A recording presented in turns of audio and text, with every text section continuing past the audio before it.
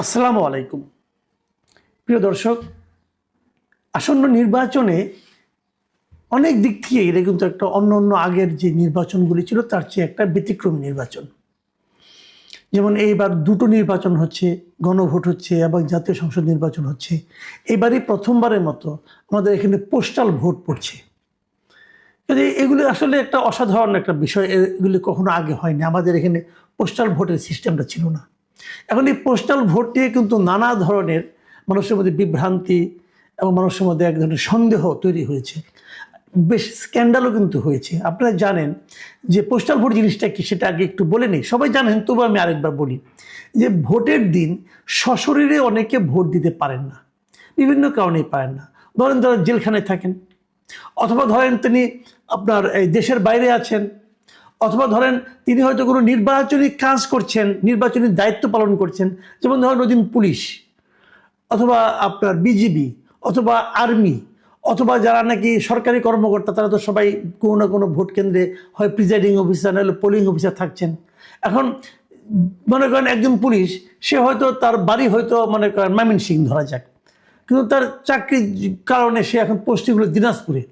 উনি কিন্তু দিনাজপুরে ভোট কেন্দ্রে পাহারা দিচ্ছেন। তো উনি তো ময়মনসিংহ, উনি হয়তো ময়মনসিংহের ভোটার, তো উনি কীভাবে ভোট দিবেন? তো এই যে ভোটগুলো দূরে যারা আছেন, তারা একটা সিস্টেমে আছে যে পোস্টালভাবে ভোট দেন। মানে তাদের কাছে আগেই নির্বাচন কমিশন একটা ব্যালট পেপার পাঠিয়ে দেন তার এলাকার, সেই ব্যালট পেপারে তারা ওখানে সিল দেন অথবা টিক চিহ্ন দেন, দিয়ে ওইটা আবার সিলগালা করে পাঠিয়ে আবার ইলেকশন কমিশনের কাছে পাঠিয়ে দেন। তো ইলেকশন কমিশন ওটা খুলে দেখেন যে কিভাবে ভোটটা আছে, এবং যার যার আসনের তার আসনের যে অন্য ভোট আছে সেগুলোর সঙ্গে যোগ করেন, এভাবে করেন।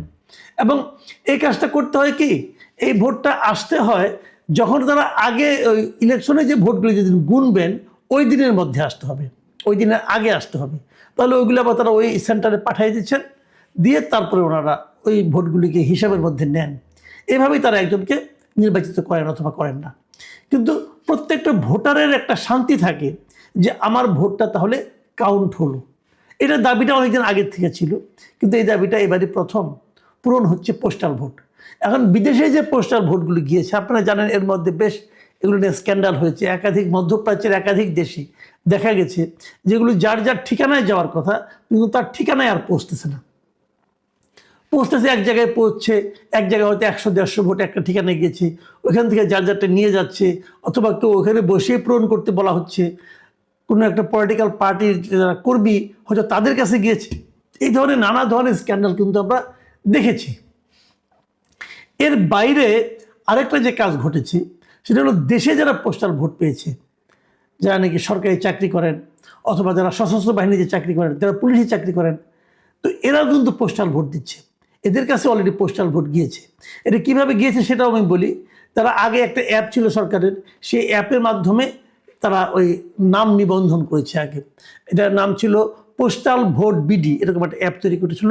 সেই অ্যাপের মাধ্যমে যার যার নাম রেজিস্ট্রেশন করার পর তারপর তাদের ঠিকানায় একটা করে ব্যালট পেপার গিয়েছে। আমার কাছে গত 2 দিনে বেশ কয়েকজন অভিযোগ করেছেন, যারা নাকি দেশের মধ্যে আছেন, অভিযোগ করেছেন যে তারা এই পোস্টাল ব্যালটটা নিয়ে বেশ টেনশনে আছেন। তো আমি বললাম, ভাই কেন, আপনার টেনশনটা কেন? তো ওনারা বললেন যে আমার কাছে যে কাগজটা, যে খামটা পাঠিয়েছে নির্বাচন কমিশনের পক্ষ থেকে, সেই খামের মধ্যে যে কাগজগুলো আছে সেগুলোর মধ্যে আমি যদি পূরণ করতে যাই তাহলে আমার পরিচয়টা প্রকাশ হয়ে যেতে পারে। তাহলে তারাকে আমি বলি তাদের কাছে কী কী পাঠানো হয়েছে। আমাকে 2 জন লোক অলরেডি পাঠিয়েছেন, তাদের পুরো ফর্মটা পাঠিয়েছেন, কিভাবে কি হয়েছে না আমি আপনাদের দেখাই।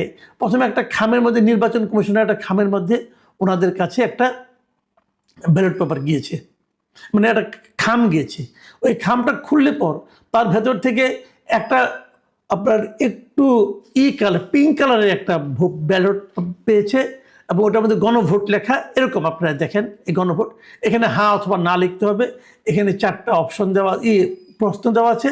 এই 4টা প্রশ্নের একটাই হ্যাঁ হবে, অথবা না দিলে একটাই না দিতে হবে। না দিলে আপনি এগুলি একটাও পাবেন না, হ্যাঁ দিলে যেগুলো আপনি এর মধ্যে চান না সেটাও আপনাকে পাবেন, সব আপনি পাবেন। এই হলো গণভোটের ব্যালট পেপার। যাকে এটা নিয়ে অনেক আলোচনা করেছে, এটা নিয়ে আলোচনা করতে চাই না। তারপরে যেটা রয়েছে, যেটা ব্যালট পেপার রয়েছে, এই ব্যালট পেপারের মধ্যে আপনার এখানে উনি যে এলাকার আপনার ভোটার, সে এলাকার প্রার্থীদের মানে আপনার একটা প্রতীক আছে এবং নামও আছে।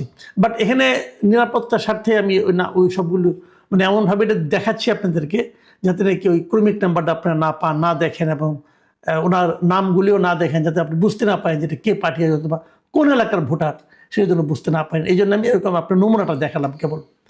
এবং তারপর যেটা পেজটা আছে, এটাকে বলা হচ্ছে যে একটা মানে আপনার ঘোষণার মতো। এবং এটাই হলো গিয়ে সবচেয়ে বড় সমস্যা, যে কথাটা আমি বলতে চেয়েছি বারবার, যে এটা নিয়েই আমাদের ওই যিনি আমাকে এটা পাঠিয়েছেন তিনিও বলছেন, এটা হলো ভোটদাতা কর্তৃক একটা ঘোষণা। এটা ফর্ম নম্বর 8। এখানে যে ঘোষণাটা আছে এটাই হলো সবচেয়ে ভয়ঙ্কর। এখানে কি বলা হয়েছে সেটা আপনাদের আমি একটু পড়ে শোনাই। এখানে লেখা হয়েছে, আমি এত দ্বারা ঘোষণা করেছি যে উপরোক্ত নির্বাচনের এত এত এত ক্রমিক নম্বর সম্বলিত পোস্টাল ব্যালট পেপার এবং গণভোটের পোস্টাল ব্যালট পেপার যে ভোট বা দাতার নিকট প্রেরণ করা হয়েছে, আমি সেই ব্যক্তি। ওকে, বলতেছে আমি নির্বাচন কমিশন কর্তৃক প্রতীক বরাদ্দের পর আমার নির্বাচনী এলাকার প্রার্থী ও প্রতীক দেখিয়া এবং গণভোট সংক্রান্ত প্রশ্ন পড়িয়া সজ্ঞানে জাতীয় সংসদ নির্বাচন ও গণভোটের পোস্টাল ব্যালটের পেপারে টিক অথবা ক্রস চিহ্ন দিয়া কারো দ্বারা প্রভাবিত না হইয়া এবং গোপনে ভোটদান করিয়াছি, এই উনি ঘোষণা দিলেন। তারপরে উনি বলতেছেন যে আমি আরও ঘোষণা করিতেছি যে পোস্টাল ব্যালটে ভোটদানের উদ্দেশ্যে মোবাইল অ্যাপে নিবন্ধন করার পর আমি শুধুমাত্র পোস্টাল ব্যালটের মাধ্যমে ভোট প্রদান করিয়াছি বিধায় সশরীরে ভোট কেন্দ্রে উপস্থিত হইয়া ভোট দিতে পারিব না। এই বিষয়ে আমি এও সতর্ক আছি যে এই ধরনের কোনো চেষ্টা নির্বাচনী আইন বহির্ভূত বলে গণ্য হইবে। এমনটি করিলে আমার বিরুদ্ধে প্রচলিত আইন অনুযায়ী ব্যবস্থা গ্রহণ করা যাইবে। আমি আরও ঘোষণা করিতেছি যে আমার ভোটের গোপনীয়তা রক্ষা করিব। মানে উনি ওনার ভোটের গোপনীয়তা রক্ষা করবেন, এই ঘোষণা উনি করছেন। তারপরে তারিখ দিতে হবে এবং নিচে ডান দিকে দিতে হবে ভোটদাতার নাম এবং জাতীয় পরিচয়পত্র নম্বর এবং স্বাক্ষর। কথাটা খেয়াল করেন। তার মানে যে এগুলি সবগুলি পরে আবার আরেকটা এনভেলপ তাকে দিয়েছে, হলুদ রঙের এনভেলপ, সেই এনভেলপে করে ভরে সিলগালা করে পাঠিয়ে দেবেন নির্বাচন কমিশনের কাছে, রিটার্নিং অফিসারের কাছে সে চলে যাবে। ফাইন। এখন আমার প্রশ্নটা দেখেন আপনি, খেয়াল, যে ভোটার আমার কাছে পাঠিয়েছেন ওনার আতঙ্কের জায়গাটা একটু খেয়াল করেন। তিনি বলছেন এই যে ঘোষণাটা আছে, এখানে তো আমি আমার স্বাক্ষর দিচ্ছি, আমার ভোটদাতা হিসেবে আমার নাম দিচ্ছি এবং আমার জাতীয় পরিচয়পত্র নাম্বার দিচ্ছি। তাহলে আমি বলছি যে এই ভোটটা আমার ভোট। আমি কার কাছে পাঠাচ্ছি? নির্বাচন কমিশনের কাছে পাঠাচ্ছি। নির্বাচন কমিশনে কেউ না কেউ তিনি খুলবে। যিনি খুলবেন তিনি জানবেন যে এই ভেতরে যে ভোটটা আছে এই ভোটটা এই ভদ্রলোক দিয়েছেন। যদি সেটা দেওয়া উনি জেনে যান, তাহলে কি এটা আমার গোপনীয়তা লঙ্ঘন হচ্ছে না?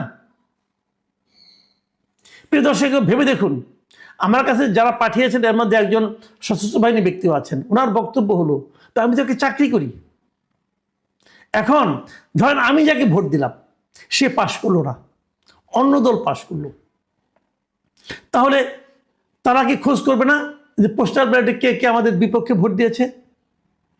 এবং তারা যখন পাশ করলো তাদের হাতে তো সব কিছু থাকবে, ইলেকশন কমিশনও তাদের নিয়ন্ত্রণে থাকবে। তারা যদি ইলেকশন কমিশনের কাছে চায় যে পোস্টাল ব্যালটে এই সরকারি কর্মকর্তা কর্মচারীদের মধ্যে কে কে আমাকে ভোট দেয় নাই তাদের একটা তালিকা তুমি পাঠাও, আপনি তো বলবেন ইলেকশন কমিশন সেটা পাঠাতে বাধ্য না। হ্যাঁ, বাধ্য না, কিন্তু আমি তো বলি বাংলাদেশের যে প্র্যাকটিস, বাংলাদেশের যে কালচার, সেখানে তো তারা আরো আগে ভাগে পাঠাবে যে আমি কত অনুগত আপনার, দেখেন সব তথ্য আপনাকে দিয়ে দিচ্ছি। এটা তো করবে। তাহলে যিনি ভোটটা দিলেন তার চাকরি নিয়ে টানাটানি, তাকে তো বলবে হ্যাঁ বেটা তুই আমার বিপক্ষে ভোট দিলি কেন? তার মানে তুই ওই দলের লোক, তুই ওই মতাদর্শের লোক, তোর চাকরিতে রাখার কোনো দরকার নাই। তাহলে ভোটের গোপনীয়তাটা কোথায় থাকলো? এবং এই পোস্টাল ব্যালটের মাধ্যমে ভোট দেওয়াটা, প্রত্যেক লোক সে একটা ভোট দিতে পারলো, কিন্তু তার তো চাকরিটাই রিস্কে পড়ে গেল। মানে আমি বুঝতে পারি না, এটা কি নির্বাচন কমিশন ইচ্ছাকৃতভাবে করেছেন, নাকি নির্বাচন কমিশন এই কাজটা করেছে আনারই মতো না বুঝে? যদি না বুঝে করেন তাহলে এই অবুঝ নির্বাচন কমিশন তো একটা নির্বাচন করতে পারবে না। আর যদি ইচ্ছা করে থাকেন তাহলে তো এই পক্ষপাত দুষ্ট নির্বাচন কমিশন আমাদের জন্য একটা বিপদ। আমরা যাবো কোথায়? এরই মধ্যে আপনারা জানেন হা না ভোট নিয়ে কি কেলেঙ্কারি হয়ে গেছে। সরকার হার পক্ষে ভোট দেওয়া যারা মানুষকে প্রভাবিত করেছে, নির্বাচন কমিশন প্রথম কিছু বলে নাই, পরে বলে যে এটা নাকি দণ্ডনীয় অপরাধ। তো যারা দণ্ডনীয় অপরাধ করেছে তারাই তো আবার রিটার্নিং অফিসার।